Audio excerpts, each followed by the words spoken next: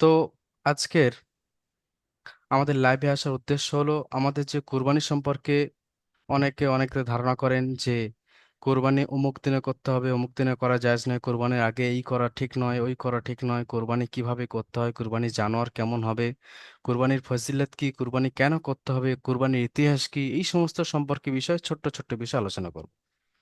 তো কুরবানি মানেই সবচেয়ে প্রথম একটা জিনিস মাথায় রাখবেন, কুরবানি মানেই কিন্তু যে জানোয়ারটা আমরা কিনে নিয়ে এসেছি, মনে করুন মোষ নিয়ে এসেছি কিনে, বা একটা নিজের সামর্থ্য অনুযায়ী একটা গরু কিনে নিয়ে এসলাম, সেটাকে জবাহ করে দেওয়ার নামই কিন্তু কুরবানি নয়। সবচেয়ে আগে এটা আমাদের খেয়াল রাখতে হবে। কুরবানি তো হচ্ছে আসল হচ্ছে সেটা, যেটা হচ্ছে অন্তরে যে আমাদের যে নিয়ত, খালিস নিয়ত, সেটাই হচ্ছে আসল কুরবানি আমাদের। যে আমাদের আল্লাহ রাব্বুল আলামিন সম্পদ দান করেছেন, আল্লাহ রাব্বুল আলামিন আমাদের সুস্থতা দান করেছেন, আল্লাহ রাব্বুল আলামিন আমাদের মুসলমান করেছেন, সবচেয়ে বড় জিনিস হচ্ছে এটা। তো এই সমস্ত আরো অনেক বিষয়বস্তু রয়েছে যেগুলোর কারণে, আর সবচেয়ে বড় জিনিস আল্লাহ রাব্বুল আলামিন আমাদেরকে হুকুম করেছেন যে তোমরা কোরবানি করো। এখন কথা হচ্ছে, সবচেয়ে প্রথম জিনিস কুরবানির ইতিহাস সম্পর্কে আমরা জানবো যে কুরবানি কিভাবে শুরু হয়েছিল। ছোট্ট মতো, একদম বিস্তারিত আমি যাব না। আহ আজকের লাইভ একদম ছোট্টই হবে। তো কুরবানির ইতিহাস কি, কুরবানি কিভাবে শুরু হয়েছিল, সেই সম্পর্কে আপনাদের আজকের ছোট্ট মতো বিষয় জানাবো।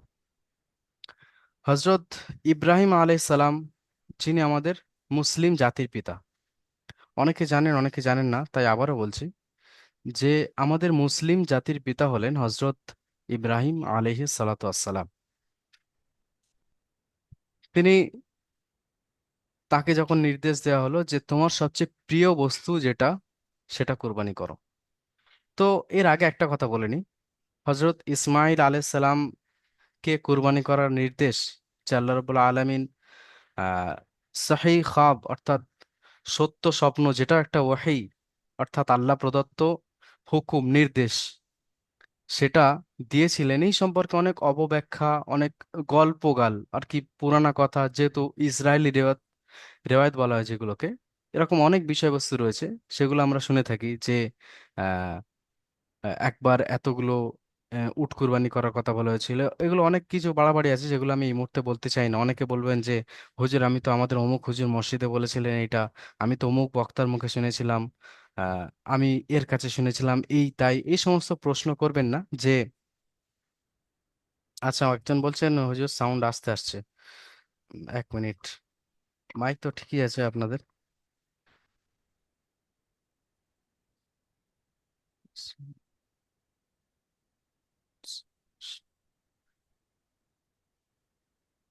আচ্ছা, 1 মিনিট, আপনাদের মিউট খোলার পারমিশন দিচ্ছি। আপনারা বলুন তো যে আওয়াজ ঠিক মতো আসছে কিনা। আওয়াজ জি ঠিক হুজুর, আছে ভাই। হুজুর আমার জি আওয়াজ ঠিক হুজুর, আওয়াজ আসছে। ঠিক মতো আওয়াজ জি আসছে হুজুর, আওয়াজ সাফ হুজুর, আছে, সুন্দর আছে। আচ্ছা, আওয়াজ ঠিক আছে। সুন্দর স্লো আসছে ভাই, সুন্দর আওয়াজ ঠিক আছে কিন্তু স্লো আসছে আওয়াজ। ঠিক আছে, আবারও আপনাদেরকে মিউট করে দিলাম। তো হ্যাঁ, যেটা বলছিলাম যে হজরত ইব্রাহিম আলাইসালাম এবং তার সন্তান হজরত ইসমাইল আলাইসালামের কুরবানি সম্পর্কে মার্কেটে, অর্থাৎ বাজার যেটা বলা উচিত, কেননা এখন বর্তমান বাজার এরকম হয়ে গেছে যে একটা বক্তা আর একটা বক্তার দিকে প্রায় কাদা ছোঁড়াছুড়ি করছে, অনেক বিষয়বস্তু চলছে। আর এরকম অনেক ঘটনা শুনবেন যেগুলো আমি বিস্তারিত যেতেও চাই না, কারণ আমাদের এখানে অনেক ধরনের মানুষ রয়েছে, অনেকে অনেক রকম বিশ্বাস করেন। তাই একদম শর্টকাটে বলতে চাই যে আল্লাহ রাব্বুল আলামিন কোরআনে বললেন যে ইব্রাহিম আলাইহিস সালাতু ওয়াসসালাম, আপনি আপনার সবচেয়ে প্রিয় বস্তু যেটা, সেটা কুরবানি করুন। তো ইব্রাহিম আলাইহিসসালামকে স্বপ্নের মাধ্যমে আসল নির্দেশ দেওয়া হয়েছিল যে আপনি নিজের সন্তানকে কুরবানি করুন। সবচেয়ে প্রিয় বস্তু ওনার কাছে ছিল সন্তান। তারপর আগের অনেক ইতিহাস রয়েছে, আপনারা অনেকে জানেন অনেকে জানেন না, যে ইব্রাহিম আলাইহিসসালাম অনেক দিন ধরে একটা সন্তান চাইছিলেন, যে আমার একটা সন্তান হোক, ওনার ইচ্ছা ছিল। আর অবশেষে একদম অনেক, ওনার যখন বয়স প্রায় শেষের দিকে, জীবনের শেষের দিকে, সেই সময় আল্লাহ রাব্বুল আলামিন ওনার দোয়া কবুল করেন এবং একটি মাত্র সন্তান দেন। সন্তানটি হচ্ছে হজরত ইসমাইল আলাইহিসসালাম। তো তিনি সেই সন্তানটিকে অত্যন্ত মহব্বত করতেন, ভালোবাসতেন। আর নিজের জীবনের চেয়ে বেশি, যত ধন সম্পদ ছিল তার থেকেও বেশি, সব থেকে বেশি হজরত ইব্রাহিম আলাইহিসসালাম নিজের সন্তানের সঙ্গে মহাব্বত করতেন। এমত অবস্থায় যখন আল্লাহ রাব্বুল আলামিনের নির্দেশ আসলো যে আপনার সন্তানকে কুরবানি করতে হবে, সন্তানকে নয়, যে আপনার সবচেয়ে প্রিয় বস্তুকে কুরবানি করতে হবে, তো তিনি অনেকবার অনেক কিছু ট্রাই করলেন। প্রথমে 100 উট কুরবানি করার জন্য আরো অনেক এক্সট্রা গল্প রয়েছে, সেগুলো বললাম না। তো অবশেষে তিনি নিজের সন্তানকে বললেন যে দেখো, আল্লাহ রাব্বুল আলামিন তোমাকে কুরবানি করার নির্দেশ দিয়েছেন, তুমি এই বিষয়ে কি বলতে চাও? তিনি বললেন যে আল্লাহ রাব্বুল আলামিনের নির্দেশ পালন তো করতেই হবে, আর আপনি আমাকে কুরবানি করুন। এই বিষয়ে আপনি আমাকে ধৈর্যশীলদের মধ্যে পাবেন। একটা সন্তানের কথা শুনুন, একজন পিতা একজন পুত্রকে বলছেন যে আল্লাহ রাব্বুল আলামিনের নির্দেশ এসছে যে তোমাকে কুরবানি করার হুকুম এসছে। আজকে আপনি নিজের চিন্তা করুন, আপনার নিজের কত সম্পদ রয়েছে, কোটি কোটি টাকার সম্পদ রয়েছে। যদি আপনাকে দুটো অপশন দেওয়া হয় বাই চান্স, আমি এমনি জাস্ট আপনাদের ইমেজিন করতে বলছি, যে আপনি জাস্ট মনে মনে ভাবুন, আপনার সম্পদ রয়েছে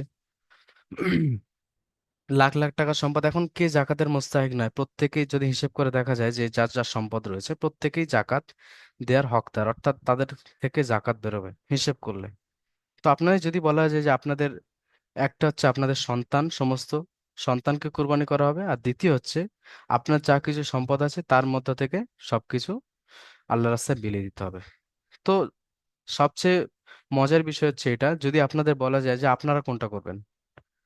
ভাই, আমি আমার তরফ থেকে বলছি যে আমাকে যদি এরকম অপশন দেওয়া হয়, সবচেয়ে প্রথম আমি বলবো ভাই আমার সম্পদ যা আছে নিয়ে যাও, আমার ঘর বাড়ি, আমার যত যা কিছু জমি জায়গা সবকিছু নিয়ে যাও, আমার সন্তানকে ছেড়ে দাও। এরকম কোনো পিতা আছে যে বলবে যে না, আমার সম্পদ থাক, আমার যা কিছু থাক, আমার ছেলে গোল্লায় যাক, আমার ছেলেকে কুরবানি নিয়ে চলে যাও? এরকম কেউ বলবে?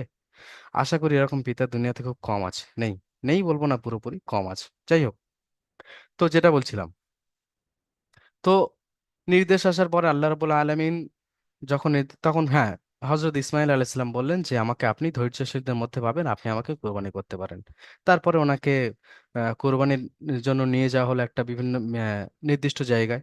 যাওয়ার পথে শয়তান অনেক প্ররোচনা দিল, অনেক ওয়াসওয়াসা দিল যে এই করবে তাই করবে, তোমার সঙ্গে তাই হবে। ওর থেকে হজের একটা বিশেষ মসলা এসছে যে আহ পাথর, শয়তানকে পাথর মারা একটা বিষয় এসছে। তো এটা আপনারা জেনে রাখবেন। আর এই যে কুরবানির সুন্নতটা, এটাও এসেছে হজরত ইসমাইল আলাইহিসসালাম এর অনুসরণ করে, হজরত ইব্রাহিম আলাইহিসসালামের অনুসরণ করে। তারপরে হজরত ইব্রাহিম আলাইহিসসালাম যেহেতু আমাদের জাতির পিতা না, ওনার থেকে অনেক সুন্নত এসেছে, সেই সুন্নতগুলো বয়ান করার মতো আজকের সময় নেই, তাই আজকের শুধুমাত্র কুরবানি সম্পর্কে বয়ান করছি। যাই হোক, তো তারপরে ওনাকে কুরবানির জন্য নিয়ে যাওয়া হলো। তারপরে আসমান থেকে, অনেকে শুনেছেন, আসমান থেকে শেষে আল্লাহ রাব্বুল আলামিন দুম্বা পাঠিয়ে এই বিষয়টা খতম বিল খয়ের করলেন। এবং হজরত ইব্রাহিম আলাইহিসসালামের যে কোরবানি করার এই যে মানে নিয়ত, সবচেয়ে বড় জিনিস হচ্ছে নিজের সন্তানকে, আল্লাহ রাব্বুল আলামিনের নির্দেশে নিজের সন্তানকে পর্যন্ত, বড় মেসেজ হচ্ছে এটা, যে আল্লাহ রাব্বুল আলামিনের যদি একবার নির্দেশ আসে, নিজের সন্তানকেও পর্যন্ত কুরবানি করার জন্য তৈরি থাকতে হবে। আর মাল কি জিনিস, সম্পদ কি জিনিস, এর থেকে একটা ইন্সপিরেশন আল্লাহ রাব্বুল আলামিন আর এই পুরো একটা হিস্ট্রি থেকে। এটা ঘটনা বললে শুধু ভুল বলা হবে, ওই জন্য আমি হিস্ট্রি বলছি, ইতিহাস বলছি।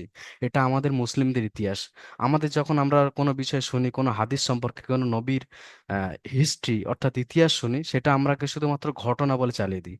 ঘটনা গল্প হতে পারে, ঘটনা কোনো একটা কেচ্ছা কাহিনীও হতে পারে। সেজন্য আমরা শুধুমাত্র এত বড় একটা হিস্টোরিক্যাল বিষয় অর্থাৎ ঐতিহাসিক বিষয়কে শুধুমাত্র ঘটনা বলে বা ইব্রাহিম আলাইহিসসালামের গল্প, এরকম অনেক শোনা যায়, বলে চালিয়ে দিতে পারি না। এটা নাইনসাফি হবে, এটা আহ, একটা ছোট মতো হবে, মানে নিজে নিজেকে ছোট করে, নিজের জাতির ইতিহাসকে নিজেকে ছোট করে দেখা হিসেবে হবে। তো এই যে একটা বিরাট বড় হিস্টোরিক্যাল ব্যাপার ঘটে গেল, এর দ্বারা সবচেয়ে বড় মেসেজ হচ্ছে এটা, যে আল্লাহ রাব্বুল আলামিনের যদি একবার নির্দেশ আসে আপনার কাছে, যে আল্লাহ রাব্বুল আলামিন বলেছেন এই কাজটা করতে হবে, আল্লাহ রাব্বুল আলামিন বলেছেন 5 ওয়াক্ত নামাজ পড়তে হবে, আল্লাহ রাব্বুল আলামিন বলেছেন যে আপনার এত সম্পদ থাকলে জাকাত দিতে হবে, আল্লাহ রাব্বুল আলামিন বলেছেন কুরবানি করতে হবে, তো আল্লাহ রাব্বুল আলামিনের কথা কুরবানি করতে হবে।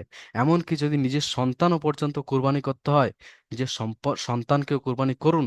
এই শিক্ষা হযরত ইব্রাহিম আলাইহিস সালাম নিজে থেকে শিক্ষাটা দিয়ে যাচ্ছেন। নিজের লাইফে এই মডেল সাকসেসফুলি প্রমাণ করে দিয়ে গেছেন যে আল্লাহ রাব্বুল আলামিনের নির্দেশ মানার জন্য আমি নিজের সন্তানকেও কুরবানি করার জন্য প্রস্তুতি ছিলাম। এটা এই কারণে যে আল্লাহ রাব্বুল আলামিন মেহেরবান ছিলেন, ওই জন্য আল্লাহ রাব্বুল আলামিন ওনার সন্তানকে পরিবর্তন করে। আল্লাহ রাব্বুল আলামিন আসলে দিল দেখতে চান। কুরবানি করার মূল উদ্দেশ্য হচ্ছে এটা, যে আল্লাহ রাব্বুল আলামিন আপনার অন্তরটাকে দেখতে চান, যে আপনি অন্তরে আল্লাহ রাব্বুল আলামিনের জন্য কুরবানি করছেন, নাকি আমার পাড়ায় একটা বিরাট বড় 1.5 লাখ টাকার মোষ এসছে, ওই মোষের মতো ওই মোষের টক্করে আসতে হবে, বা আমার ভাই বা আমার প্রতিবেশী একটা পাহাড়ি গরু নিয়ে এসছে প্রায় 2.5 লাখ টাকা দাম, আমার ওই লেভেলে না নিয়ে আসলে মান মর্যাদা থাকে না। এটা হলে কিন্তু কুরবানির মধ্যে নিয়তের গন্ডগোল হচ্ছে। কুরবানি করার সবচেয়ে প্রথম শর্ত হচ্ছে এটা, যে আপনার নিয়ত সহি থাকতে হবে। ওই যে হযরত ইব্রাহিম আলাইহিসসালাম নিজের সন্তানকে কুরবানি করার জন্য যেমন প্রস্তুত ছিলেন, অন্য কোনো নিয়ত ওনার মনের মধ্যে থাকতে পারে বলুন? যে আহ, আমার প্রতিবেশীকে দেখাবো, বা আমার অমুক জিনিস অমুক ওই তাই হবে তাই হবে, এরকম কোনো চিন্তা ভাবনা ছিল না?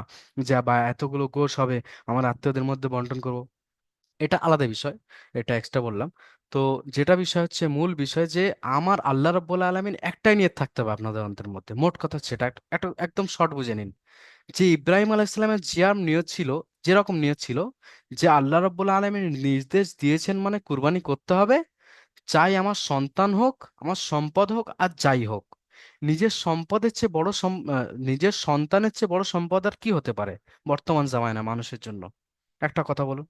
নিজের সম্পদ যদি কুরবানি করার জন্য যদি কেউ প্রস্তুত থাকে আল্লাহর নির্দেশে, তাহলে আমার আর আপনার 2 লাখ 4 লাখ 50,000 টাকা কি জিনিস? এটা ভাবার বিষয় নয় কি? আমরা অনেকে বলি যে আমার অমুক অমুক এই রয়েছে, অমুক তাই রয়েছে, আমি এই করব, ভবিষ্যতে তাই করবো। দেখুন, কুরবানি ওয়াজিব হয় 4 জন মানুষের উপরে। কুরবানি ওয়াজিব হয় 4 জন মানুষের। প্রথম কথা হচ্ছে আপনাকে আজাদ হতে হবে, অর্থাৎ এখন তো মনে করুন দুনিয়াতে যুদ্ধ বিগ্রহ হচ্ছে না, তাই যুদ্ধবন্দী, হ্যাঁ যুদ্ধবন্দী মাঝে মাঝে শোনা যায়, যেমন ধরে নিন কয়েকদিন আগে আহ ইসরায়েল প্যালেস্টাইনের যুদ্ধে যুদ্ধবন্দী বিনিময়, তারপর অনেক চুক্তি হলো এরকম ক্ষেত্রে। এখন তো মনে করুন পুরো বিশ্বে দাস রাখার যে সিস্টেম, দাস ব্যবস্থা পুরো বৈশ্বিকভাবে পুরোপুরি বন্ধ হয়ে গেছে। তাই আপনি যদি দাস না হন, প্রথম শর্ত হচ্ছে এটা, যে আপনি একজন আজাদ মানুষ, ফ্রি মানুষ, স্বাধীন মানুষ, আপনার জন্য কোরবানি করতে হবে, প্রথম শর্ত এটা। দ্বিতীয় শর্ত হচ্ছে এটা, যে আপনাকে মুসলমান হতে হবে। তাহলে প্রথম শর্ত কি হলো? আপনাকে আজাদ অর্থাৎ স্বাধীন হতে হবে। দ্বিতীয় শর্ত হলো আপনাকে মুসলমান হতে হবে। তো এর মধ্যে দুজন দুজন পড়ে যাচ্ছি না আমরা? আর তৃতীয় শর্ত হচ্ছে আপনাকে জাকাত, অর্থাৎ আপনার উপরে জাকাত ফরজ হয়েছে কিনা সেটা দেখতে হবে। যে আপনার যদি আপনার কাছে যদি নিসাব অনুযায়ী জাকাতের মাল থাকে, যদি আপনার কাছে জাকাতের যে নিসাব, অর্থাৎ যত টাকা পরিমাণ আপনার কাছে জাকাত দেওয়ার মতো পরিমাণ টাকা যদি থাকে, সেই টাকা যদি আপনার কাছে থাকে, তাহলে আপনার জন্য কোরবানি করা ওয়াজিব, জরুরি। আর চতুর্থ শর্ত হলো, আপনার কুরবানির সময় আপনি যে এলাকায় থাকেন, অর্থাৎ আপনার বাড়ি, সেই বাড়িতে আপনি থাকছেন। আপনি সফর করছেন, এমন একটা পরিস্থিতি রয়েছে, কুরবানি এমন একটা সময় পড়ে গেছেন যে আপনি সফর করছেন, অর্থাৎ আপনার কোনো মিটিং রয়েছে বিদেশে, কোনো এমন একটা ইভেন্ট পড়ে গিয়েছে, আপনার কোনো এমন জরুরি কাজ পড়ে গেছে যে আপনি বিদেশে চলে গেছেন, দেশে নেই আপনি। তো এমত অবস্থায় আপনার জন্য কুরবানি করা জরুরি নয়। তাহলে এই 4টে শর্তের মধ্যে কি হলো? প্রথম হতে হবে আজাদ, স্বাধীন। দ্বিতীয় হতে হবে আপনাকে মুসলমান। তৃতীয়, আপনাকে যে জাকাত দেওয়ার পরিমাণ যে সম্পদ, সেটা আপনার কাছে থাকতে হবে। এই সম্পদ কি কত পরিমাণ সেটা আপনি আলাদাভাবে জেনে নেবেন, আপনি ফোন করতে পারেন আমাদের একাডেমির নাম্বারে। আর আচ্ছা, অনেকে বাড়ির মহিলাদেরকে সামনে নিয়ে আসেন, আমি দেখেছি, লক্ষ্য করি যে আমাকে এতটা এ করা সম্ভব নয়, তো ক্যামেরা অন রেখে করবেন না, আপনি দরকার হয় ক্যামেরা অফ করে নেবেন যদি বাড়ির মহিলাদেরকে সামনে নিয়ে আসতে চান। ঠিক আছে? ক্যামেরা অফ করে আপনারা শুনতে পারেন শুধুমাত্র, হ্যাঁ, ডিসপ্লে পুরোপুরি অফ করে নেবেন। তো যাই হোক, আহ, এটা হচ্ছে পর্দার বিষয়। প্রথম বিষয়, পর্দার খুব খুব খেয়াল রাখা উচিত। বর্তমান জামানায় পর্দা খুব খেয়াল রাখা না, যেহেতু আজকের পর্দার বিষয় নয় তাই এই বিষয়ে আমি বললাম না। এটা খুব বাজে জিনিস আমাদের সমাজে। পুরো হিন্দুদের মানে গैर মুসলিম আর কাফিরদের সঙ্গে আমাদের কোনো পার্থক্য নেই। গैर মুসলিমদের মতো যে তারা যেরকম চলাফেরা করছে, তাদের মধ্যে যেরকম পর্দা নেই, আমাদের মধ্যে সেরকম পর্দা নেই। একজন মাহারাম কি জিনিস, গায়ের মাহারাম কি জিনিস, হরমতে মোসাহারাত কি জিনিস, এই সমস্ত বিষয়ে আমাদের ন্যূনতম জ্ঞান থাকা উচিত একজন মুসলমানের। সেই সমস্ত বিষয়ে আজকের, শুধু আপনাদের মতো মানুষ নয়, বড় বড় আলেমদের বিষয়ে আমাদের নিজেদের বাড়িতে এরকম অবস্থা যে পর্দা সহি যেটা ইসলাম শিখেছে যে এরকম পর্দা করতে হবে, সেরকম পর্দার ব্যবস্থা আমাদের বাড়িতে নেই। যাই হোক, অন্য টপিক, এটা আজকে বয়ান করছি না। অন্যদিন ইনশাআল্লাহ পর্দা সম্পর্কে খুব গুরুত্বপূর্ণ আলোচনা হবে। তো যেটা বলছিলাম, হ্যাঁ, তৃতীয় শর্ত হচ্ছে আপনার জাকাতের যে নিসাব, যে সম্পদ, সেই সম্পদ যদি আপনার কাছে থাকে, আপনার জন্য কোরবানি ওয়াজিব। আর চতুর্থ শর্ত হলো এটা যে আপনি বাড়িতে আছেন, আপনার নিজের এলাকায় আছেন। তো সম্পদ, হ্যাঁ, একজন জিজ্ঞেস করেছেন সম্পদ কত হবে, কত হতে হবে বলে দেন হুজুর। তো সম্পদ কত হতে হবে সেটা হচ্ছে জাকাতের নিসাব, সেটা আপনাকে জানতে হবে। এটা অনেক বিস্তারিত বিষয়, জানতে হবে। তার জন্য এখন এই মুহূর্তে অত বড় দিকে যাওয়া সম্ভব নয়। তাই এটা আপনি অন্য কোনো জায়গায় ফোন করে জেনে নেবেন, বা পরে আমাদের কাছে ফোন করবেন বড়জির কাছে, বা আপনার এলাকার যে ইমাম বা যে এলাকার মুফতি সাহেব আছে তার কাছে গিয়ে আপনি বসুন। বসে বিস্তারিত জেনে নিন যে জাকাত আমার কাছে কতটা সম্পদ থাকলে আদায় করতে হবে, কিভাবে আদায় করতে হবে, আপনি পুরো বিস্তারিত খুঁটিয়ে খুঁটিয়ে জেনে নিতে পারেন। ঠিক আছে, চলুন, এই বিষয়ে আমি আলোচনা করতে চাই না, অনেক লম্বা আলোচনা হয়ে যাবে তাহলে। হ্যাঁ, তো যেটা বলছিলাম, চতুর্থ হচ্ছে আপনাকে নিজের বাড়িতে থাকতে হবে, আপনার নিজের এলাকায় থাকতে হবে। আপনি সফরে থাকলে আপনার জন্য কোরবানি করা ওয়াজিব নয়, জরুরি নয়। আচ্ছা, এটা হলো বিষয়।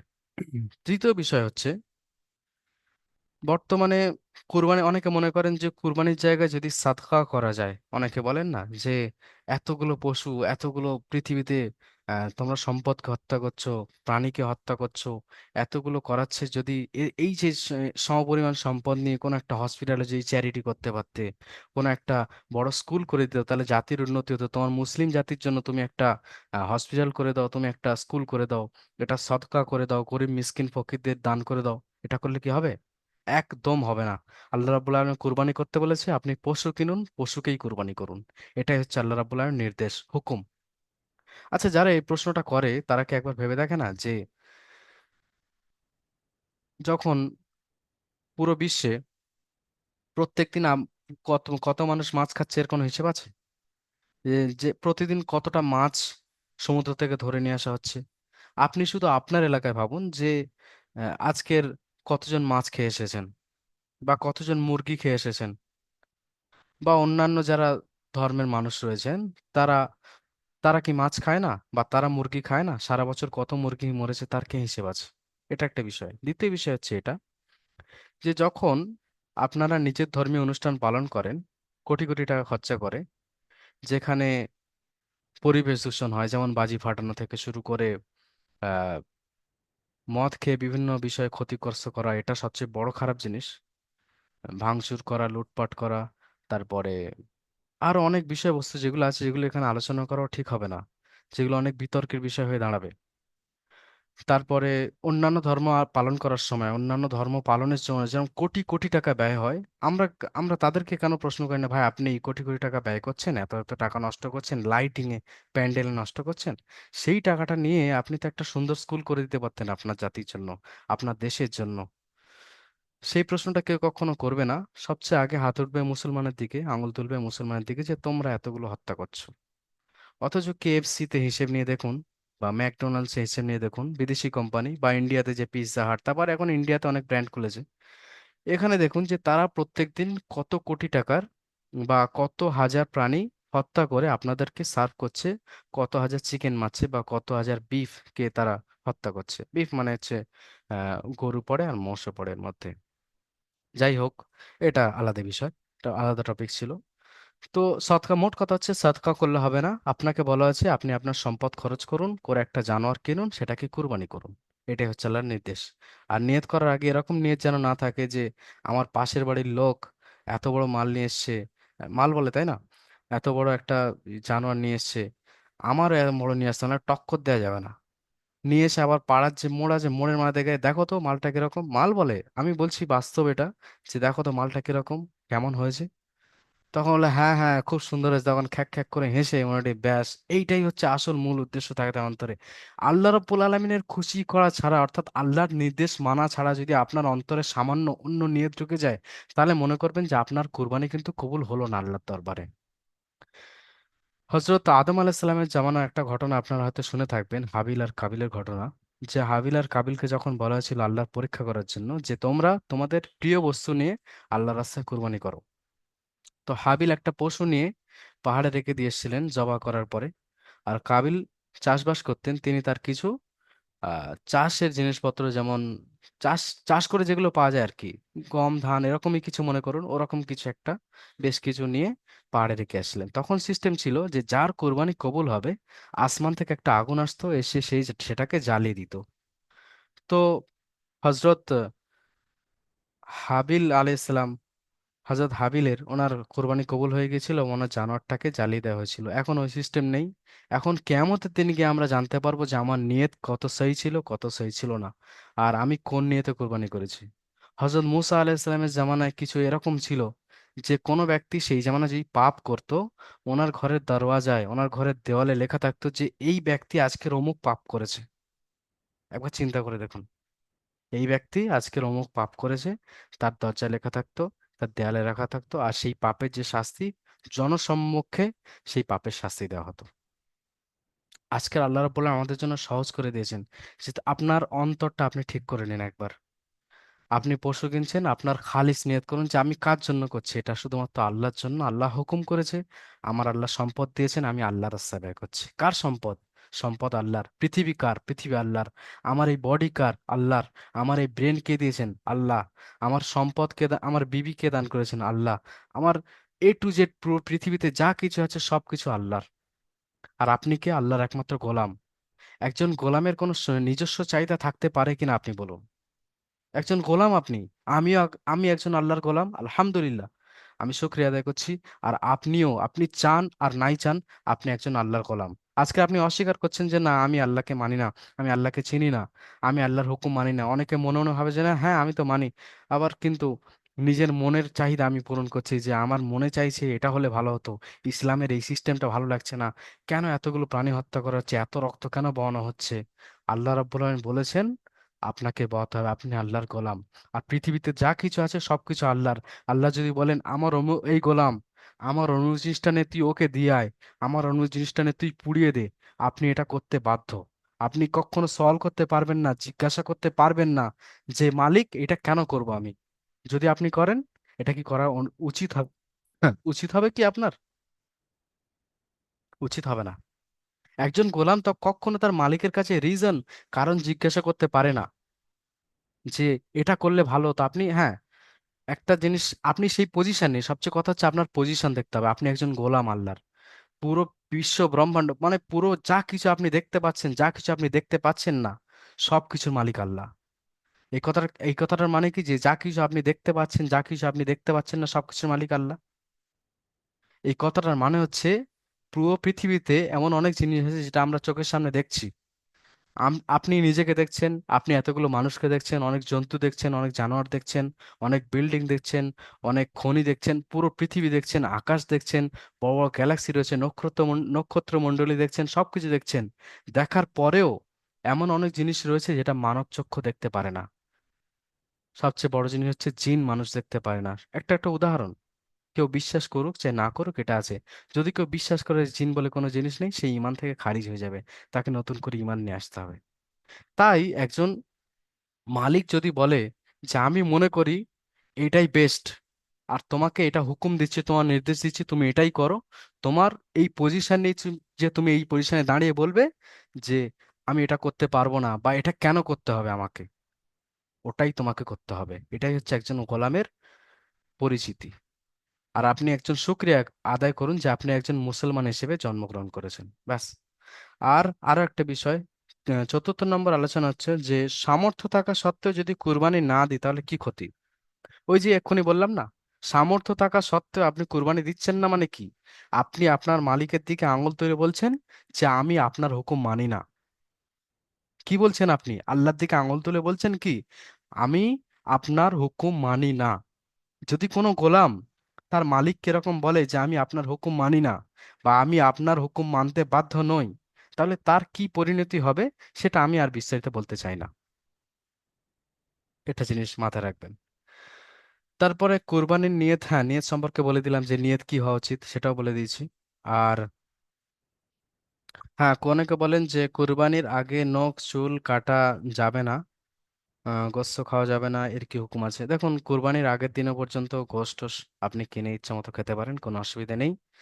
আর নখ চুল, হ্যাঁ একটা বিষয় আছে যে যারা শুধুমাত্র কুরবানি করছেন তাদের জন্য উত্তম এটা যে আগে থেকে নখ চুল দাড়ি সব সাফ করে নেওয়া। বাকি এমার্জেন্সি যেটা, আচ্ছা, একজন লিখেছেন আলোচনাটা কেমন ভাষা ভাষা হচ্ছে, সঠিক কোনো দিশা দিলেন না, নিসাব পরিপূর্ণ হওয়ার যে কত স্বর্ণ কত মুদ্রা, এই বিষয়ে আমি আগেও বলে দিয়েছি। আপনি বোধহয় শেষের দিকে জয়েন করেছেন। যে নিসাব সম্পর্কে, জাকাতে নিসাব সম্পর্কে যদি আমি বর্ণনা করতে চাই, আলোচনা করতে চাই, অনেক লম্বা হয়ে যাবে। এজন্য আপনি, হ্যাঁ, এটা কিন্তু শেষ লাইভ নয়, আপনারা মনে করবেন না যেটা শেষ লাইভ। বড়জোর আরো আসবেন, এসে আপনাদেরকে বিস্তারিত এই নিয়ে আলোচনা করবেন আপনাদের সঙ্গে। আর নিসাব সম্পর্কে যদি কোনো প্রশ্ন থাকে, আপনার এলাকার যে বিশিষ্ট আলেম আছেন বা মসজিদের ইমাম সাহেব আছেন, তার কাছে যান, গিয়ে নিসাব সম্পর্কে জেনে নিন। এটাই আপনার জন্য সবচেয়ে উত্তম হবে। আর তারপরে আপনি আমাদের একাডেমি বড়জোর কাছে ফোন করে নিসাব সম্পর্কে জানতে পারেন। আর এটা শেষ লাইভ নয়, এর পরে আরো একটা লাইভ হবে, বড়জোর আসবেন। আজকে উনি বিশেষ কাজে ব্যস্ত আছেন, তাই লাইভে আসতে পারেননি। ওনার জায়গায় আমি প্রক্সি দিতে এসেছি। যাই হোক, তো হ্যাঁ, হ্যাঁ, গোশ খাওয়া সম্পর্কে বললাম যে কুরবানির আগে আপনি গোশ খেতে পারেন। হ্যাঁ, কুরবানির দিন অনেকে মনে করেন যে কুরবানির দিন সকালে না খেয়ে, মানে সারাদিন না খেয়ে, হ্যাঁ, যদি কিছু না খেয়ে যান তাহলে উত্তম, যে কোরবানি করে তারপরে খাওয়া দাওয়া করবেন। তবে খেলেও কোনো অসুবিধা নেই, ঠিক আছে। আর হুম, নখ চুল দাড়ি সম্পর্কে বলে দিলাম যে যারা কোরবানি করবেন, অর্থাৎ যারা কোরবানি জানোয়ার কিনে নিয়ে এসেছেন, অর্থাৎ যাদের নামে কোরবানি হবে, তার আগে থেকে বেশ কিছু আগে থেকে নখ চুল দাড়ি ইত্যাদি কেটে নেওয়া ভালো। আর আহ, যদি এমার্জেন্সি হয়ে যায়, যে বললাম যে এমার্জেন্সি যদি চলে আসে, এমন একটা পরিস্থিতি চলে এসেছে, অ্যাক্সিডেন্ট চলে এসেছে, যে আপনার নখ চুল দাড়ি কাটতেই হচ্ছে, এই পরিস্থিতিতে করে নেবেন, কোনো অসুবিধা হবে না। যাই হোক, আজকের আলোচনার বিষয়বস্তু মোটামুটি আজকে ফিল আপ হয়ে গেছে। আর মিউট খুলে দেওয়ার পরে অনেকে ইচ্ছা মতো চেঁচামেচি করে প্রশ্ন করেন, তাই আমি এখন আপনাদের মিউট খোলার পারমিশন দিচ্ছি। এক এক করে যদি প্রশ্ন করেন ভালো হবে। আর তার আগে বলে দিই, জাকাতের নিসাব কি এই সম্পর্কে প্রশ্ন করবেন না, কারণ আমি 3বার বলে দিয়েছি যে জাকাতের নিসাব কি সেই সম্পর্কে আপনি আপনার এলাকার বিশিষ্ট আলেম সম্পর্কে, আলেমের কাছে গিয়ে জেনে নেবেন, বা আমাদের একাডেমিতে বড়জোর কাছে ফোন করতে পারেন, এই বিষয়ে ফোন করে জানতে পারেন, বা মসজিদের ইমাম সাহেবের কাছে গিয়ে জেনে নিতে পারেন। হ্যাঁ, বলুন, আপনার মিউট হুজুর, খুলে দেওয়া আসসালামু হয়েছে। আলাইকুম রহমতুল্লাহ। আসসালামু ওয়ালাইকুম আসসালাম রহমতুল্লাহ বরকাত। বলুন। আমি বলতে চাই, আমার বাবা যদি কুরবানি না দেয় তো আমার কুরবানি লাগবে। মোট কথা হচ্ছে যে আপনার আপনার বাবা হোক আর চাই আপনি হোক, যদি আপনার কাছে এরকম সম্পদ থাকে, ওইটাই ফের ঘুরে ফিরে চলে আসছে, যে এরকম সম্পদ থাকে যে যার দ্বারা কুরবানি করা ওয়াজিব, সেই সেই সম্পদ যদি আপনার পিতার কাছে থাকে আর আপনার কাছে থাকে, তাহলে আপনাদের জন্য কুরবানি করা জরুরি। জি হুজুর, আসসালামু আলাইকুম। আমার একটা ওয়ালাইকুম প্রশ্ন আছে। আসসালাম রহমতুল্লাহ, বলুন। বলি, আমার বাড়িতে যদি 10 জন লোক থাকে, হুম। কুরবানি আমাকে 10 জনের নামেই দিতে হবে, না একটা পশু দিলেই 10 জনের হয়ে যাবে? না, না, একটা জিনিস শুনুন, অনেকে মনে করেন যে আমাদের পরিবারের সবার নামে কোরবানি দেওয়া জরুরি, এরকম বিষয় নয়। শুধুমাত্র যেই ব্যক্তির কাছে নিসাব অর্থাৎ জাকাত দেওয়ার পরিমাণ অর্থ রয়েছে, সেই ব্যক্তির কাছে, সেই ব্যক্তির জন্য কোরবানি দেওয়া জরুরি। আপনার সন্তান এখন ইনকাম করছে না, আপনার স্ত্রীর কাছে এত ইনকাম নেই যে সে জাকাত দেওয়ার মোস্তাহিক, সে জাকাত দিতে পারবে, তো তার জন্য কোরবানি করা জরুরি নয়। হ্যাঁ, এবার আপনি তাকে আপনি তার হায়াত বাড়ানোর জন্য বা তার ভালোর জন্য যদি কোরবানি করেন, কোনো অসুবিধা নেই, এটা উত্তম হবে, আরো ভালো হবে, তবে তার জন্য জরুরি নয়, মোট কথা হচ্ছে এটা। আসসালামু আসসালামু আলাইকুম আলাইকুম। রহমতুল্লাহ। ওয়ালাইকুম আসসালাম রহমতুল্লাহ। হুজুর, আমি একটা হ্যাঁ, বলুন। ইয়াও আমরা ধরুন নি এক- 3 জনের ধরুন হুজুর, আমরা 3 ভাই। তিন আচ্ছা। ভাইয়ের মানে ধরুন নি আমার সামান্য একটু ইয়াও সম্পদ বেশি আছে। ধরুন নি আমি আল্লাহ ধরুন 20,000 টাকা দিয়ে একটা পশু কিনলাম। হুম। কিনার পর আমি আল্লাহ দিলাম 10,000, আমার হে বাইরেন তো লইলাম দুই বাইরেন তো লইলাম 10,000। হুম। ওখান এই পশুটার মাংসটা কি 3 মণ সমান সমান করুন দেবো, না 2 মণ করুন লাগবো? না, না, যখন আপনি কোরবানি করছেন, আপনার প্রত্যেকের যে ভাগ রয়েছে, অর্থাৎ যে সম্পদের পরিমাণ, অর্থাৎ 3জন মিলে কোরবানি করছেন তো, হ্যাঁ, 3জনের সম্পদের পরিমাণ সমান দিতে হবে। মানে ধরুন তারা দুই ভাই দিল এক মনে বন্ধু করুন আমি। একটা গরুর দাম 30,000 টাকা, আপনার হুম। 3জন কোরবানি দিচ্ছেন, 3জনকে 10,000 টাকা করেই দিতে হবে।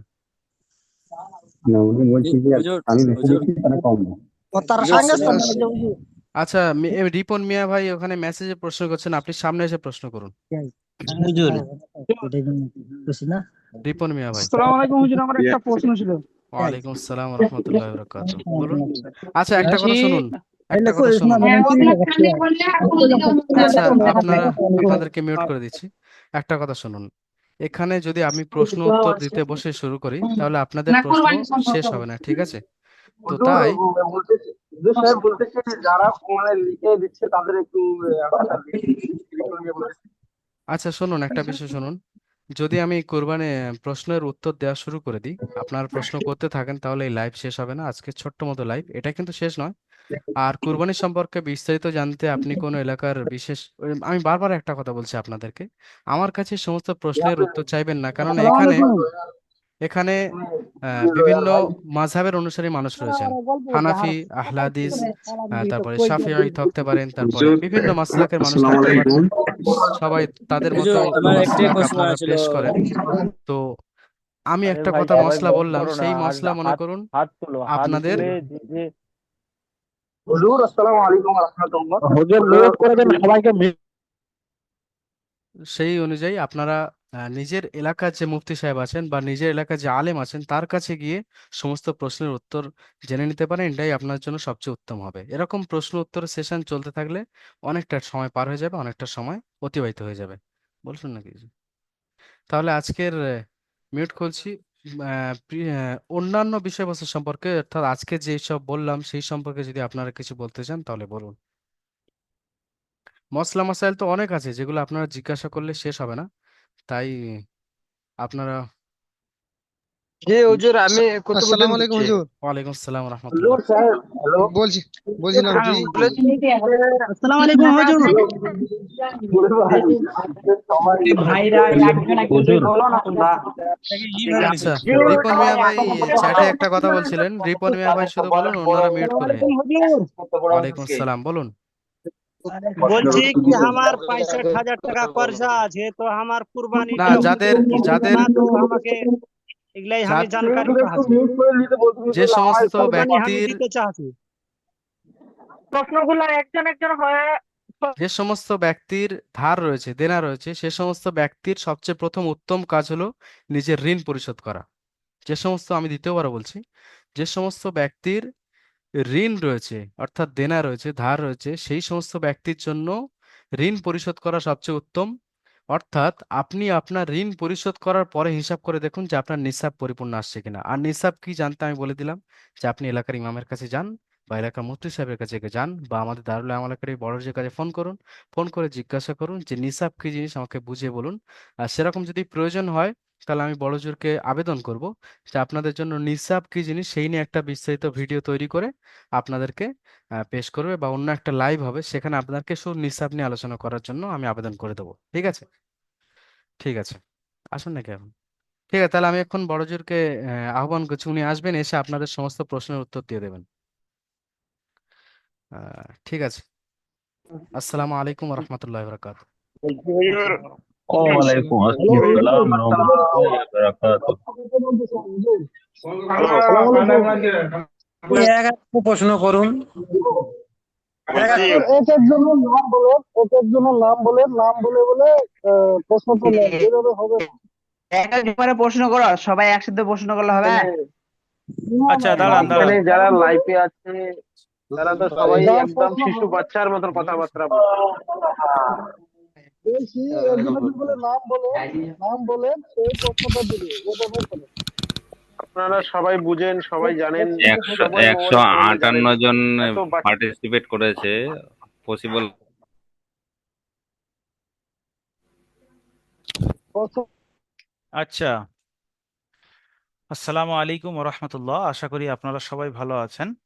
আপনাদের দোয়ায় আমরাও সবাই ভালো আছি আলহামদুলিল্লাহ। আপনাদের জন্য একটা গুরুত্বপূর্ণ বিষয় ছিল যে কুরবানির বিষয়ে জানানোর। এবার আমার ব্যস্ততার জন্য আমি হুজুরকে বসিয়ে দিয়ে গিয়েছিলাম, আমি অন্য জায়গায় একটু ব্যস্ত ছিলাম। তো এবং বিষয়বস্তু আমি লিখে দিয়ে গেছিলাম হুজুরকে যে এই সমস্ত বিষয়বস্তু নিয়ে আজকের আলোচনা হবে।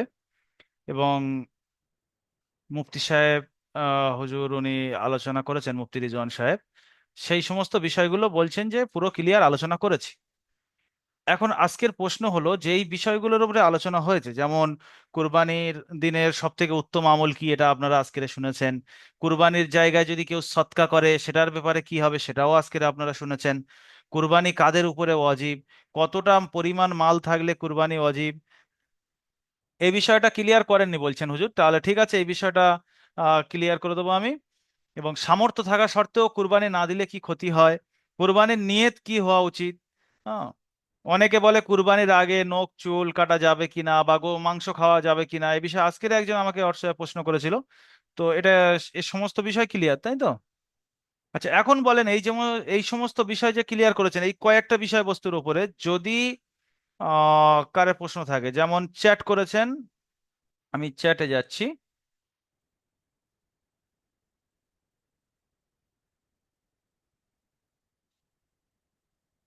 প্লিজ, আমার একটা প্রশ্ন আছে।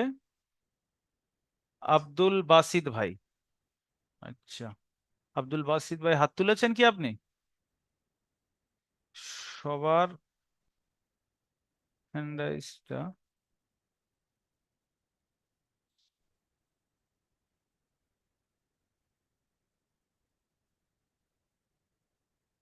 অল হ্যান্ড রাইজটা ক্যান্সেল করা যায়?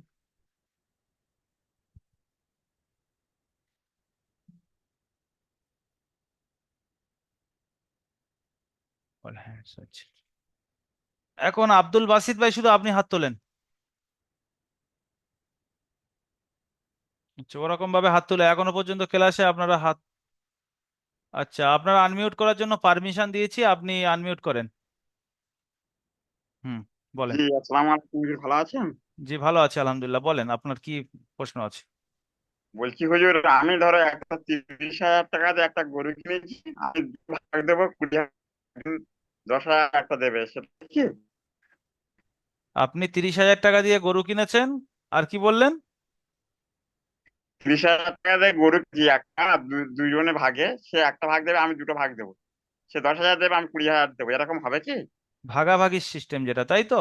তাহলে একটা জি। জানোয়ারকে আপনি 7টা ভাগ করবেন, যদি গরু হয়, মহিষ হয় তাহলে, যদি ছাগল হয় তাহলে ছাগলের একটা ভাগ চলে, 7টা ভাগ চলে না। তো যদি আপনি ছাগল বাদে অন্য কোনো জানোয়ার কেনেন আর দুজন মিলে ভাগে কিনছেন, তাহলে দেখতে হবে 7 ভাগের মধ্যে আপনি কয় ভাগ দিচ্ছেন আর সে কয় ভাগ দিচ্ছে। তাহলে উদাহরণস্বরূপ আপনি 3 ভাগ দিচ্ছেন, সে 4 ভাগ দিচ্ছে, বা আপনি 4 ভাগ, সে 3 ভাগ। এখন এই টাকাটা 30,000 টাকাটা 7 দিয়ে ভাগ মেরে আপনি 4 ভাগ দেবেন, সে 3 ভাগ দেবে, তাহলে ভাগাভাগি হবে। আর না হলে আপনি থাপকো কলে একটা আন্দাজ করলে 10,000 দিয়ে দিলেন, সে একটা 20,000 দিয়ে দিল, দিয়ে দিয়ে জবাই করে নিয়ে গোস্তটা নিয়ে কম বেশি করে ভাগাভাগি করে নিলেন, কিন্তু আপনার কুরবানিটা শুদ্ধ হলো না। এবং মাংসটা ভাগ করার সময় ওই রকম 7 ভাগে ভাগ করে আপনাকে 4 ভাগ নিতে হবে, তাকে 3 ভাগ দিতে হবে। আশা করি জি আপনারা এই হুজুর। বিষয়টা সবাই ক্লিয়ার হয়ে গিয়েছেন, বিস্তারিত বলে দিয়েছি। জি। আচ্ছা, আচ্ছা, রিপন মিয়া ভাই, আপনাকে আমি আনমিউট করার জন্য পারমিশন দিচ্ছি, আপনি আনমিউট করেন। বাকি আব্দুল বাসিদা মিউট করে নেন। হ্যাঁ, বলেন ভাই। আসসালামু আলাইকুম ওয়া রাহমাতুল্লাহ ওয়া বারাকাতুহু। হুজুর সাহেব, হ্যালো। জি, বলেন, শুনতে পাচ্ছি। হুজুর, বলতেছি যে আমাদের ওখানে, মানে আমার পরিবার সহ বলতেছি যে আমাদের ওখানে মানে বেনামাজিরা কোরবানি দেয়, এই বিষয়ে হুজুর আপনি কি বলতে চান? যে এই কি দিতে কবুল হয় কি বেনামাজিদের? আপনাদের ওখানে কারণ কি আমার হয় না হয় এই সমস্ত বিষয়ে আপনার কিছু জানার প্রয়োজন নেই। আপনার আপনার কি হুজুর করণীয় এটা জানেন, ব্যাস। আপনার ওখানে বেনামাজিরা হুজুর কুরবানি দিচ্ছে, আপনি লোকের কথা কেন চিন্তা করছেন? আপনি আপনার চিন্তা হুজুর করেন। আপনি আপনি হুজুর বলেন যে আমাদের আমি নামাজ পড়ি, কুরবানি দেবো কিনা, আমি নামাজ পড়ি না, কুরবানি হলে দিলে হবে কিনা। ব্যাস, লোকের কথা নিয়ে চিন্তা করবো না। আমরা যে 4 জন আছি, 4 জনের আলোচনা করবো, 5 জনের নিয়ে আলোচনা করার কোনো মাথা ঘামানোর দরকার নেই। হুজুর ওই বিষয়টা বলতেছি যে আর মানে আমাদের বাড়ি তো মানে কেউ নামাজ পড়ে না, অথচ কোরবানি দেয়, এই বিষয়টা আমরা বুঝতেছি না। মানে আমাদের তাহলে বাড়ি কি নামাজ বলতে পড়ে চাচ্ছেন? না। আপনি নামাজ পড়েন না মনে করেন না, তাহলে আপনি কুরবানি দেবেন না, বা কুরবানি দিলে কি আপনার কি হয়ে যাবে? তাহলে আপনি এবার আপনার এলাকায় আপনি ফতোয়া লাগাতে ঘুরবেন। দেখেছো, সারা বছর আপনি নামাজ পড়েন না, বড় বড় জানোয়ার কিনে নিয়ে এসছে 1 লাখ 2 লাখ টাকা দিয়ে। তার মানে আপনি এবার ফতোয়া মারবেন যে ভাই আপনার কুরবানি গেছে, টাকাটা শুধু গোশ খাওয়া হয়েছে। কি দরকার? না এই হুজুর, সমস্ত আলোচনার না মধ্যে আমি হুজুর, পড়বো কেন? না হুজুর, আপনি কি ওইটা করছেন বলতেছি দেখেন, বলেন। যারা নামাজ পড়ে না হুজুর, আরে যারা যারা, নামাজ ফের পড়ে বলছেন আপনি যারা যারা যারা। মানে আমার কথাটা আমি তো বোঝেন, আপনি লোকের পিছনে পড়বেন না, আপনি নিজে ফিতনার মধ্যে পড়ে যাবেন, আপনার আমলিয়াত বেকার হয়ে যাবে, আপনি গীবত করতে লাগবেন, আপনি লোকের কথা চিন্তা করতে করতে আপনার মাইন্ডসেট নষ্ট হয়ে যাবে, আপনার ঈমান নষ্ট হয়ে যাবে, আস্তে আস্তে আপনি বুঝতে পারবেন না। ওই জন্য এটা আমি পছন্দই করি না। আপনি আপনার ব্যাপারটা বলেন, কি প্রবলেম আছে? লোকের ব্যাপারে কি জানার দরকার নেই আপনার। লোকের কি হুজুর কবুল বলছে হলো যে না হলো ওটা আল্লাহই জানে। আপনি কেন সিলেক্ট করব? একটা লোক নামাজ পড়ে না, সে কুরবানি দিয়েছে, এখন তার কুরবানি কবুল হলো কিনা হলো আমি হুজুর এখানে বসে ফতোয়া দেবো? না সেটা আল্লাহ উপর থেকে সিলেক্ট করবে যে এই ব্যক্তির কুরবানি কবুল হলো কিনা? আপনি বলেন, জেনে চিন্তা না করেন। সেটা তো, না সেটা ঠিক হুজুর, আপনার কথাটা ঠিক আছে হুজুর, এটা বলা আমার উচিত হয়নি। হুম। তো আমি, এটা ভুল হয়ে গেছে। তো হুজুর বলতেছি আমি, মানে আমি তো হুজুর এখন নামাজ পড়তে পারি না, তো আমি কুরবানি দিতে চাই হুজুর, হুম। আপনি যে আমি কি আপনি দিতে পারবো? কুরবানিও দেন আর নামাজ পড়তে পারেন না, আজকের থেকে একটা শুরু করেন নামাজ পড়ার, এবং কুরবানি আপনার সামর্থ্য থাকলে আপনি দেন। বুঝতে তো পেরেছেন? হুজুর মানে আমি আসলে, আমি তো মানে একটা দোকানে কাজ করি। তো এখান থেকে দোকানে যে আমি যে মসজিদে যে ইমাম সাহেবের কাছে নামাজটা শিখবো, সেই অতক্ষণ তো এনারা আমাকে মানে থাকতে দেবে না, মানে এনারা নামাজ বলবে যে শিখতে হবে না, কোথায় গেল। আপনার নামাজ শিখে নামাজ পড়তে হবে না, নামাজ না শিখে নামাজ পড়েন। যেরকম একটা বাচ্চা ছেলেরা গিয়ে একজনের পাশে দাঁড়িয়ে দেখবেন এরকম করছে, একজন বড় মানুষ করে তার সাথে সাথে করে, তো আপনি নামাজ না শিখে মসজিদে গিয়ে যারা যেরকম করছে তাদের সাথে সাথে আপনি রুকু সেজদা করেন। যে আপনি যদি মনে করেন আমি নামাজ পরিপূর্ণ শিখে কমপ্লিট করে তারপরে গিয়ে পাঁচ ওয়াক্ত নামাজ পড়ার মতো পরিস্থিতি তৈরি করে তারপরে নামাজ পড়া ধরবো, আপনার লাইফে মনে হচ্ছে খাটিয়ায় উঠে যাবেন, তারপরে শুরু করতে পারবেন না। ওই জন্য আজকের যে অবস্থায় আছেন এশারের নামাজ থেকে আপনি আজকেরই শুরু করেন। আর লোকের পাশে গিয়ে ইমাম সাহেব 4 রাকাত ফরজ নামাজ যে পড়াবেন, সেই 4 রাকাত ফরজ পড়ে বেরিয়ে আসেন যদি আর বাকি নামাজ না জানেন। বা একটু বাইরে বসে দেখেন যে লোক কিভাবে 2 রাকাত সুন্নত পড়ছে, লোক কিভাবে 3 রাকাত বেঁধে পড়ছে। যদি কোনো দোয়া দরুদ না জানেন তবু এরকম এরকম করেন। তারপরে আমি যে দোয়া দিচ্ছি সপ্তাহে একটা করে আস্তে আস্তে মুখস্থ করেন। আস্তে আস্তে সূরার একটা আধা সূরা মুখস্থ করেন। দেখবেন আপনি 2 বছর বা 3 বছরের মধ্যে নামাজের টোটালি সবকিছু শিখে যাবেন এবং নামাজ পড়তে পড়তে যাবেন। এবং যে আপনার ভুল ভ্রান্তিগুলো হবে আল্লাহ মাফ করে দেবেন। কিন্তু আপনি যদি চিন্তা করেন আমি সম্পূর্ণ এ টু জেড শিখে তারপরে নামাজ পড়বো, নামাজ পড়ার পরে 5 ওয়াক্ত মুসল্লি হয়ে সুন্দর দাড়ি করে তারপরে আমি কুরবানি দেবো, এ সমস্ত চিন্তা ভাবনা না। ইসলামের আমল আজকের থেকেই শুরু করেন, ঝাঁপিয়ে পড়েন ইসলামের উপরে। আজকের থেকে যতটুকু জানেন ওইটা নিয়ে শুরু করেন, দেখবেন আস্তে আস্তে আপনি সবকিছু জেনে যাবেন। আমি ওই জন্য ছাত্রদের একসাথে সব দিই না, দেখবেন সপ্তাহে একটা করে দোয়া দিচ্ছি, সপ্তাহে একটা সূরা ছোট্ট আলোচনা করছি, একটু নসিহত করছি, একটু আমল দিচ্ছি। কেন? চলতে চলতে চলতে চলতে, যেমন একটা ছোট্ট গাছ বসিয়েছি, ছোট্ট গাছটা কি একদিনে আমি যদি চাই তার গোড়ায় 10 বস্তা সার ঢেলে দিয়ে বড় করব? হবে না, মরে যাবে। আর তো জি আমি যদি হুজুর। আপনার গোড়ায় আজকেরই সব ইসলামের সমস্ত জিনিস ঢেলে দিই, আপনি ওখানেই শেষ হয়ে যাবেন, কিচ্ছু আমল করতে পারবেন না। কিন্তু আপনাকে আস্তে আস্তে আস্তে আস্তে বড় হতে হবে, দেখবেন আপনি একদিন বড় হয়ে যাবেন। বুঝতে পেরেছেন জি রিপন ভাই? হুজুর। জি আর হুজুর, আমার আরেকটা কথা ছিল। হুম। সব প্রশ্ন আপনিই করবেন, অনেকে হাত তুলে আছে কিন্তু ঠিক টাইম আছে নেই। হুজুর, তাহলে অন্যদের তাহলে ঠিক আছে, আরেকজনের বলুন। হুজুর, কুরবানি মুসলিমদের জন্য, যে সালাত আদায় করে না, যে মুসলিম নয়, তার কুরবানি কিসের? যে হুজুর, কুরবানি মুসলিমদের জন্য, যে সালাত আদায় করে না সে মুসলিম নয়, তার কুরবানি কিসের? এই কথাগুলো স্পষ্ট বলতে হবে। বাবা, এটা কে? রহিম উদ্দিন মোল্লা। আপনি অনেক দূর পর্যন্ত পৌঁছে গিয়েছেন, যে আপনি তো দুনিয়া থেকে অনেক মানুষকে জাহান্নামী বানিয়ে দিয়ে তারপরে আপনি দুনিয়া থেকে যাবেন। বলে দিলাম রহিমউদ্দিন ভাই, কথাটা কড়া হলেও আমি বলে দিলাম। আপনি যদি এই কথাই বলেন যে আমি হুকুম লাগিয়ে দেবো আপনি নামাজ পড়ছেন না মানে আপনি মুসলিম নয়, তার মানে কি সে মুসলিম ছাড়া অন্য হিন্দু কাফির? এটাই তো। একজন মানুষ নামাজ পড়েনি আজকের, যেমন আজকের আমি মনে করেন না নামাজই পড়িনি সারি, কালকে রহিমউদ্দিন ভাই আমাকে বলবে বা অন্য কোনো ভাই আমাকে বলবে কাফের। কেন? মুসলিম নয়। এরকম ভাবে যদি আমি নিজের কাউকে, কেউ নামাজ পড়ছে না রাস্তায় ঘুরি আর বলবো কাফের যাচ্ছে কাফের যাচ্ছে কাফের যাচ্ছে, তো আমি একলাই শুধু মুসলিম থাকবো, বাকি সবাই কি আমার নজরে কাফের কাফের লাগবে? কতটুকু শুদ্ধ আমল এটা? এই আমলটা কতটুকু শুদ্ধ, বা আল্লাহ আমাকে কতটুকু পছন্দ করবে? এ বিষয়ে একটু ভাবার বিষয় আছে। আমি একজন আল্লাহর বান্দা, আমি অন্য বান্দার ব্যাপারে হুকুম লাগাতেই পারি না যে সে কাফের। কাফের কি কাফের নয় সেটা আল্লাহ উপর থেকে সিলেক্ট করলে তবে তো সে কাফের হবে। এত বড় জাদুগিরি দুনিয়াতে দেখানো যাবে না। আপনি সব থেকে বেশি ঘৃণিত হয়ে যাবেন আল্লাহর নজরে। কাউকে কাফির বলার আগে চিন্তা করতে হবে তার অন্তরের মধ্যে কি আমি ঢুকতে পেরেছি। ইমান তো আর বাহ্যিক জিনিস নয়, ইমান এমন একটা জিনিস যেটা অন্তরের মধ্যে থাকে, সেটা শুধুমাত্র কানেকশন আল্লাহর সাথে থাকে। সে আল্লাহকে কতটুকু মানে, কত পার্সেন্ট মানে, সে রবিকে কত পার্সেন্ট মানে, সে আল্লাহর কিতাবকে কত পার্সেন্ট মানে, সেটা একমাত্র তার অন্তরে আছে। সে বাহ্যিক অবস্থায় হয়তো আপনি দেখছেন আজকে সে নামাজ পড়ে না, তাকে আপনি বলে দিলেন কাফির, কিন্তু তার সম্পর্ক আল্লাহর সাথে এতটা গভীরতা আছে আপনার হয়তো অতটুকু নেই। একটা মুনাফিক, সে আল্লাহ রসুলের পিছনে 5 ওয়াক্ত নামাজ পড়তো, আর একটা রিয়েল সাহাবী, সে দেখা যাচ্ছে আল্লাহ রসুলের পিছনে 5 ওয়াক্ত যেতে পারতো না, হয়তো 2 ওয়াক্ত 3 ওয়াক্ত যেত, বাকি কাজে কামের কারণে হয়তো বাইরে একযুক্ত হয়ে যেত। কি হুকুম লাগাবেন? সেজন্য সরি, এই প্রশ্নের আপনি যে বলছেন না যে হুজুর এটার উত্তর ক্লিয়ার দিতে হবে, এর উত্তর আপনিই দেন, আমি দিতে পারবো না। চাই আপনি রাগ করেন আর যাই করেন, এমন এমন প্রশ্ন আপনারা করেন যে প্রশ্নের কোনো মানে মতলব হয় না। নামাজ পড়া জরুরি, নামাজ মানুষকে পড়তে হবে, না পড়লে আল্লাহর কাছে হিসাব দিতে হবে, নামাজের হিসাব প্রথম হবে। নামাজ না পড়লে শাস্তি অবশ্যই আছে, কিন্তু তাই বলে আমি আপনি তো আর শাস্তি দিতে পারি না তাকে। সে আজকে পড়েনি, কালকে যদি সে কাজা তুলে দেয় এবং সেই কাজারা যদি আল্লাহ কবুল করে নেয়, দেখা যাবে আমি নিজেই গুনাহগারের মধ্যে পড়ে যাব, আর সে দেখা যাবে আমার থেকে আগে জান্নাতে চলে গেছে। সেজন্য ভাই খুব সাবধান, আপনি আপনারটা দেখেন। আমার আমার আমি সবসময় দেখি, আর আমার কথাবার্তার কোয়ালিটিও এইরকম, যে আপনি আজকেরই থেকে সব ইসলামের আমলগুলো শুরু করবেন, আমি বলছি পারবেন না। আস্তে আস্তে শুরু করেন। কমসে কম যারা না আমরা নামাজ পড়ি না, আজকের থেকে গিয়ে নামাজ শুরু করি। এখানে কুরবানির বয়ান হতে হতে মানুষ নামাজে চলে গেছে কেন? মানুষ আজকে নিজের কথাটা ভাবে না, বেশি মানুষের কথা ভাবে। একজন মানুষ 1 লাখ টাকা দিয়ে কুরবানি দেওয়ার জন্য একটা জানোয়ার এনেছে, আর বেচারা কুরবানি দিচ্ছে না। আজকের গ্রামে এটা নিয়ে হই উল্লাহ হয়, দেখেছো? শালার বেটা শালা নামাজ পড়ে না, 1 লাখ টাকা দিয়ে কুরবানি এনেছে, অথচ নিজে কিন্তু একটা 5,000 টাকা দিয়ে গরু কিনতে পারেনি বা একটা ছাগল কিনতে পারেনি।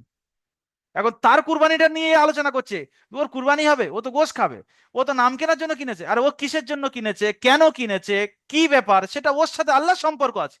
আমি আপনি কেন তার ব্যাপারে আলোচনা করছি? আমি আমার ব্যাপারে ভাবি না যে আমি কত বড় একটা জানোয়ার কিনতে পেরেছি বা কিনতে পারিনি, কেন কিনতে পারিনি, আমি এবছর দিতে পারিনি, দেনায় আছি বা কিছু। আমি আমার ব্যাপারে ভাববো কে কি এনেছে, কেন এনেছে, তার সাথে আল্লাহর কতটুকু সম্পর্ক আছে, তার এখলাস আছে কিনা। আমি এখান থেকে বসে বসে খারাপ গুমান করে গুনাহ করছি। ভাই বিশেষ করে এই জিনিসগুলো করবেন না, এটা করা সব থেকে বড় গুনাহ। আশা করি আপনারা বুঝতে পেরেছেন। আমি নেক্সট কয়েকদিন পর পর হয়তো আমি যখন সময় পাবো আপনাদের নিয়ে কুরবানির মাসাইলের ব্যাপারে আলোচনা করব। তবে আপনারা আপনাদের যে প্রশ্ন থাকবে সেগুলো বলবেন।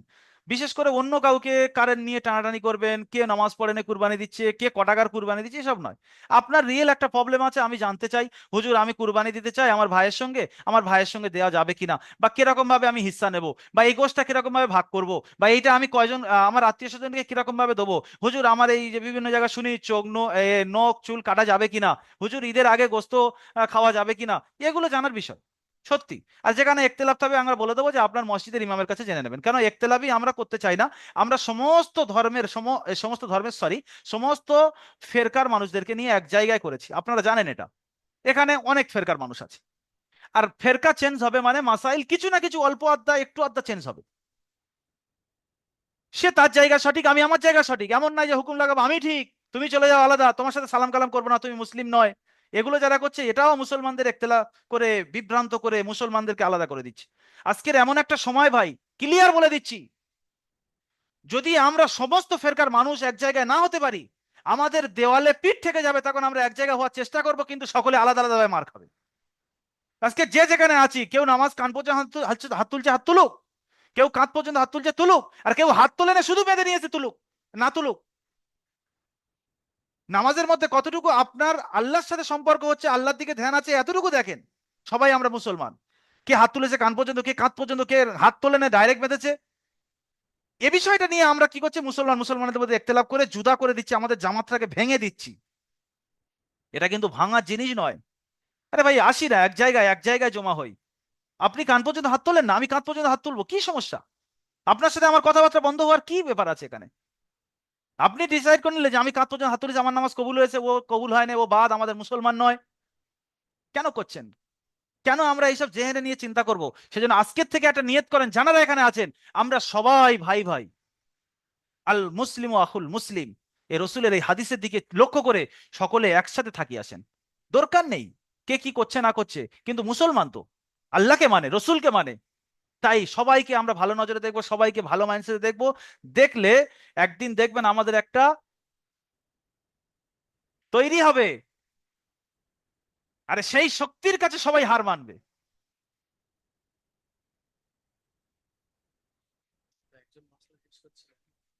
আমি ফের আজকের যেহেতু 8টায় থেকে আমার এই ক্লাসের মধ্যে অনেক ভাইয়ের ক্লাস আছে, নামাজ আছে, তো আজকের আমি কুরবানির এই মাসাইল এখানে পর্যন্ত শেষ করছি। আপনাদের যার যেখানে প্রশ্ন, তবে কিন্তু প্রশ্ন যদি উল্টো পাল্টা হয় ভাই, আপনি রাগেন চটেন ফাটেন দেখা যাবে না, আমি কিন্তু আপনার উত্তর দেবো না। যেমন এই সমস্ত প্রশ্নের উত্তর দিলাম না। প্রশ্ন যেন ভালো হয়, প্রশ্ন করে খাতায় লিখে রাখেন। আগামীকাল ইনশাল্লাহ চেষ্টা করবো লাইভে আসার, ঘোষণাও দিয়ে দেবো কখন আসবো না আসবো। আপনারা আসেন ফের, যদি সত্যি প্রশ্ন থাকে আসবেন, প্রশ্ন নিয়ে ইনশাল্লাহ ক্লিয়ার করব। আজকের এই পর্যন্ত শেষ করছি, সবাই ভালো থাকবেন।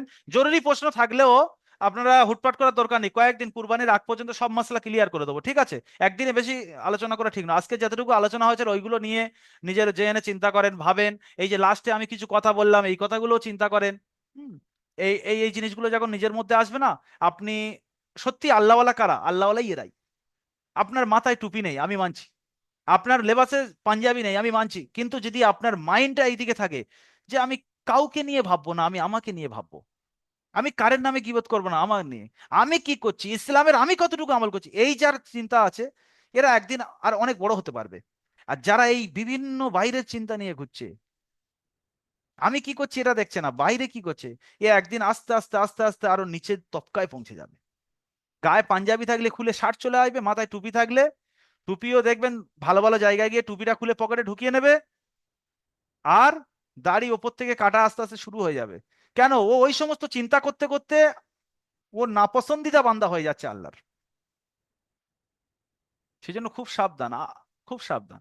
এসব জিনিস নিয়ে আলোচনা করা যাবে না, আলোচনা নিজের নিয়ে করেন, নিজেকে নিয়ে নিজে বসেন, যে আমি কতটুকু ইসলামের উপর জমে আছি, আমি কতটুকু আমল করছি, আমার কি করণীয় কি না করণীয়, এগুলো সবাই প্রশ্নগুলো নোট ডাউন করবেন।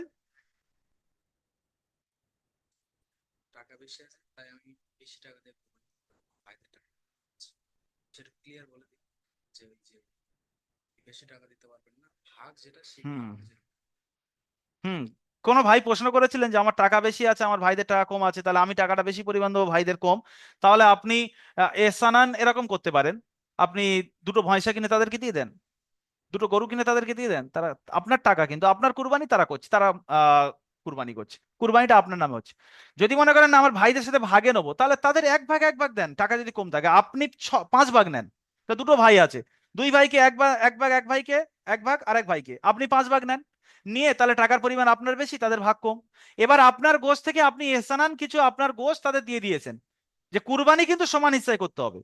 এবার আপনার গোশ 5 ভাগ এসছে, তার মধ্যে মনে করেন দুই ভাইকে 2 ভাগ দিয়ে দিয়েছেন, হ্যাঁ ভাই এই গোশ দুটো তোমরা হাদিয়া করলাম নিয়ে নেন, সেটা আলাদা জিনিস। কিন্তু আপনার টাকা বেশি আছে বলে আপনি বেশি টাকা দিয়ে কিনে এনে ভাইদের কাছ থেকে 5,000 টাকা করে নিয়েছেন, ভাই তোদেরও কুরবানি হচ্ছে আমারও হচ্ছে, এরকম ভাবে গোলমাল ভাবে কুরবানি করা যাবে না, যত আপনার টাকা বেশি থাক।